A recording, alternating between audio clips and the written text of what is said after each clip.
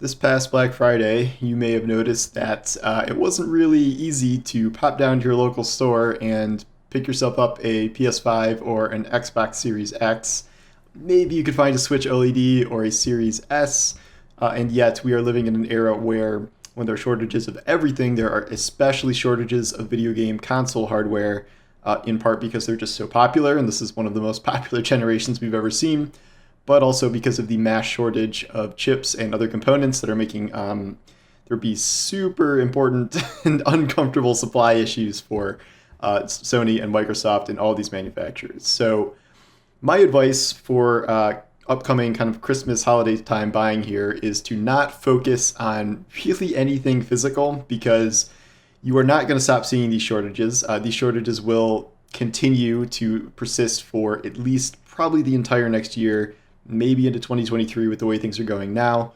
There are ways to, you can really kind of go after some online shopping and try and combat the bots that are skipping up these consoles. But if you want to kind of play it safe and get your loved ones something video game related that they will still like, even if it is not the dream console they're wanting, I would mostly stick with digital. So there are a number of ways to do this depending on the platform. You can buy digital games as gifts on Xbox or Nintendo Switch or PlayStation or Steam. You can. There's no reason to go to a store to pick up a physical copy of a game in this day and age, and a lot of the best sales you will often find are happening online. Sometimes you will see games marked down really, really low in physical components, but for the most part, I think you're better off just kind of searching online for things. In terms of kind of always useful gifts, you can buy someone a subscription to PS Plus or Xbox Live Ultimate or Xbox Game Pass for an entire, for a 6-month period or for a year. That is something that everyone with the system always needs. It is kind of essential when you own a console to have a subscription service like that in order to play multiplayer, or in Xbox's case, especially you want to have access to all of those Game Pass games, which this holiday season actually kind of includes a lot of quote-unquote free games like Halo Infinite and Forza Horizon 5. So that is a gift that kind of contains a multitude of games inside of it, and that is always going to be welcomed by anyone with those consoles. Even if they have it currently, it's something that they can apply to their account for the future. Past that, if you know this person's favorite game, you can almost always find a way to kind of purchase either like platform-specific gifts cards, whether it's like on the Xbox platform or Steam, or you can buy actual digital or physical gift cards for certain games. So, for instance, you could have like Fortnite V-Bucks, where you can spend a certain amount of money, and that will equate to a number of types of currency in the game that your beloved one can spend on digital items in the game.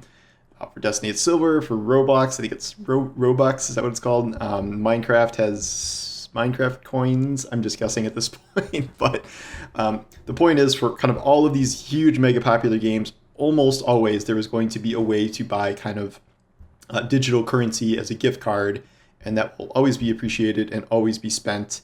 And obviously, all these gifts are also good because of kind of their cost component, where, maybe if you're a parent trying to buy a console for a child, you're going to spend that much. But if you are just trying to find a gift for someone else in your family or a friend, maybe spending, $400 or $500 on a console is not in the budget. So all of these digital options are probably going to be your best bet in this day and age. I know that there's kind of a desire to have people be able to open something physically, and yet video gaming is not really lending itself to that right now, outside of the consoles themselves. Like, as much as you might think getting someone an extra controller or something is useful, chances are it's not going to be because there are so few games that use a local split screen co-op these days. There are some, but it's not quite as useful as it used to be.